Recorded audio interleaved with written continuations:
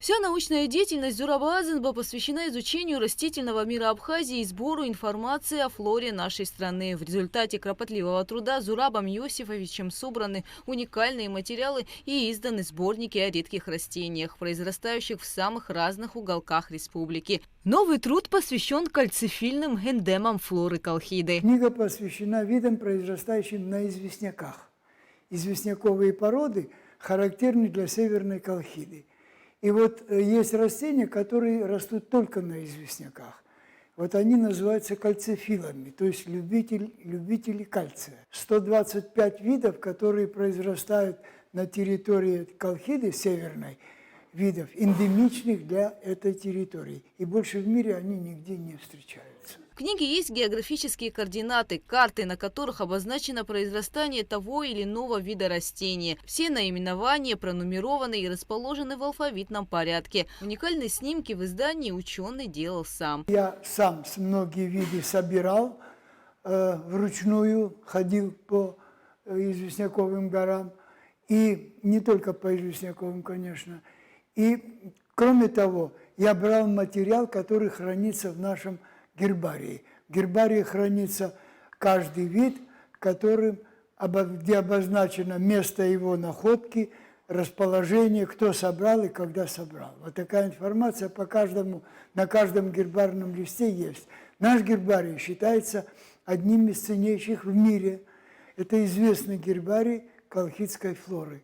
Книга «Кальцифильные эндемы флоры Колхиды» решением ученого совета представлена на соискание государственной премии имени выдающегося ученого академика Георгия Дзизария. Зураб Иосифович обошел, нету местности в Абхазии, я имею в виду горной части, где его нога не проходила.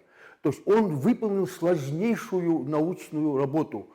И кроме него это навряд ли сегодня кто-то мог бы это выполнить. И дал местонахождение 125 редчайшим кальцифильным растениям.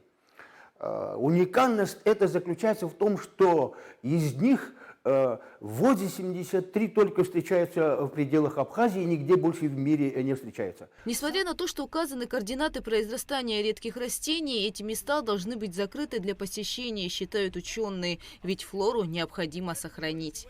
Есть места в Абхазии уникальные, которые должны быть закрыты для посещения туристов. И я поддерживаю автора, он указал нахождение этих мест, но я считаю это в основном для посещения студентов, научных сотрудников, но не широкого посещения, ибо эти растения больше нигде в мире не встречаются. 83 эндема, кроме Абхазии, нигде их не встретишь. Зураб Азенба – заслуженный деятель науки, член-корреспондент Международной академии наук по экологии, безопасности и природы. Зураб Иосифович является последним учеником крупнейшего исследователя флоры Абхазии Альфреда Колоковского. Феномен кальцифильного эндемизма, который прорабатывал Зураб Иосифович Азенба в процессе своей жизни, изначально это предложил Николай Михайлович Альбов, который является первопроходцем флоры Абхазии. Он в течение 5 лет, проводя исследования, в летнее время исследования в горах Абхазии, он уяснил и увидел эту закономерность распространения на известняках определенных групп растений. И это он озвучил и описал в монографии. Но Зураб Иосифович ее подкрепил количественными данными и блестяще доказал. Книга «Кальцифильные эндемы Колхиды» фактически является продолжением другого труда Зураба Азенба «Эндемы флоры Абхазии», в которой также собрана уникальная информация о флоре нашей страны. Кугу Савардания, Лилиан Маршан, Абхазское телевидение.